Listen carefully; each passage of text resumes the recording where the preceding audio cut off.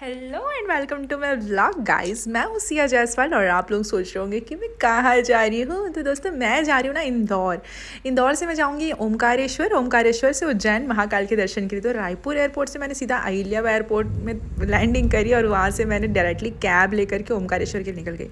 लेकिन मेरी सुबह की फ़्लाइट थी इसलिए मुझे बहुत ज़्यादा भूख लग रही थी। तो मैंने ना रास्ते में एक कैफ़े में टी कॉफ़ी और कुछ ढोकला वगैरह मैंने खाया। फिर वहाँ से निकल गई थी मैं ओमकारेश्वर के लिए। रास्ता काफ़ी लंबा था लेकिन मैं पहुंच गई और वहाँ जाते ही मैंने लक्ष्मण झूला पे ना अपनी एक फ़ोटो क्लिक कराई अच्छी सी। कुछ प्रसाद और फूल लेकर के मैं पहुंच गई थी मंदिर की भीड़ तो देखो भैया। लेकिन मुझे तो प्रोटोकॉल से दर्शन करना था ना। मैं पहुंच गई अपने एजेंट के पीछे पीछे साइड से और लोटा भर के जल मेरे नाम से यहाँ पर अर्पित हुआ। मैंने माथा टेका और वहाँ से निकल के डायरेक्टली मैं ममलेश्वर दर्शन के लिए निकल रही थी। तो मुझे ओमकारेश्वर जी के दर्शन बहुत अच्छे से हो चुके थे। अब इसके बाद मुझे दर्शन करना था ममलेश्वर जी के। तो ममलेश्वर दर्शन करने के लिए मुझे मध्य में बह रही इस नर्मदा नदी को क्रॉस करना था। मैं जैसे ही नाव में बैठी मुझे नाविक भैया ने बढ़िया नर्मदा नदी के दर्शन करा दिए। अब हंसी खुशी में पहुंच चुकी थी ममलेश्वर ज्योतिर्लिंग मंदिर। यहाँ जाते ही मैंने देखा बहुत मस्त वाली भीड़ थी, लेकिन फिर मैं अपने एजेंट के पीछे पीछे चले गई और लोटा भर के जल मैंने शिवलिंग पर चढ़ाया। ममलेश्वर जी से मैंने बहुत अच्छे से दर्शन करके प्रार्थना करके वहाँ से फूल प्रसाद लेकर के मैं जस्ट बाहर आई थी और मुझे पंडित जी ने कुछ रक्षा सूत्र और कुछ मंत्र वगैरह पढ़ के मुझे आशीर्वाद दिया। वहाँ से डायरेक्टली मैं बाहर आई और एक फिर से स्लोमो वीडियो मैंने झूले पे बनाया और सब कुछ मैंने बहुत अच्छे से संपन्न करके यहाँ से मैं निकल चुकी थी उज्जैन महाकालेश्वर दर्शन के लिए।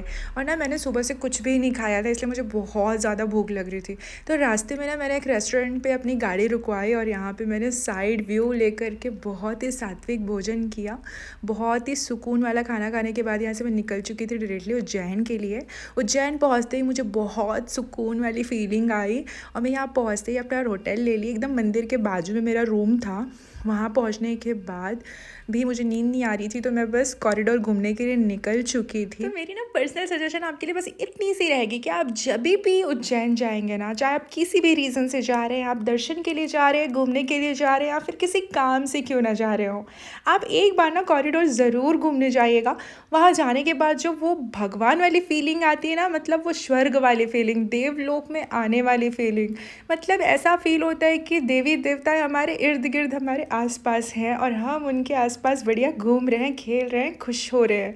तो मैं भैया वहाँ जा कर के एकदम देवलोक वाली फीलिंग में मंत्र मुग्ध हो चुकी थी। अपने महादेव की नगरी में जो जा कर के मैंने अपने सारे टेंशन्स भुला दिए ना, मतलब मैं आपको एक्सप्लेन नहीं कर सकती अपने वर्ड्स में।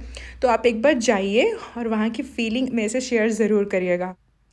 और यहाँ से बाहर निकल के मैंने ना ये पत्थर वाली एक्ट किया और फिर मुझे मिल गया था केसर मलाई वाली दूध महाकाल स्पेशल।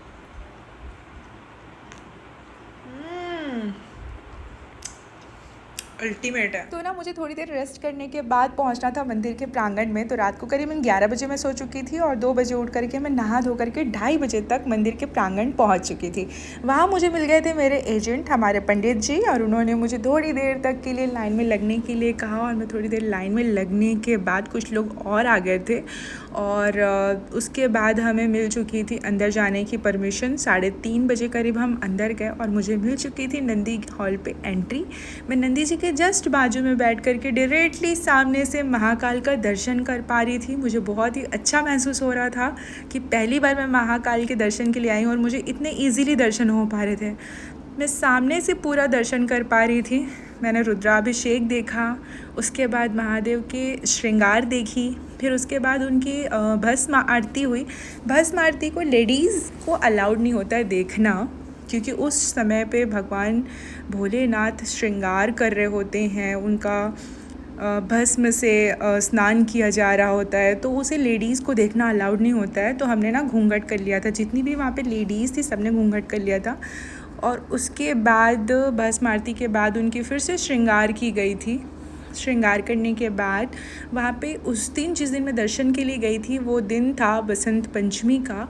तो वहाँ पे विशेष पूजा अर्चना होती है।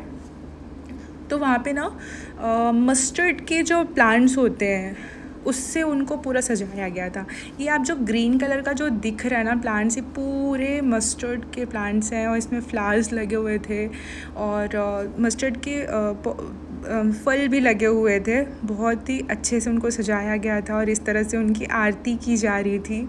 बहुत ही अच्छा महसूस हो रहा था। वहाँ की जो रिदम बजती है, जो धुन बजता है, उसमें हम खो चुके थे।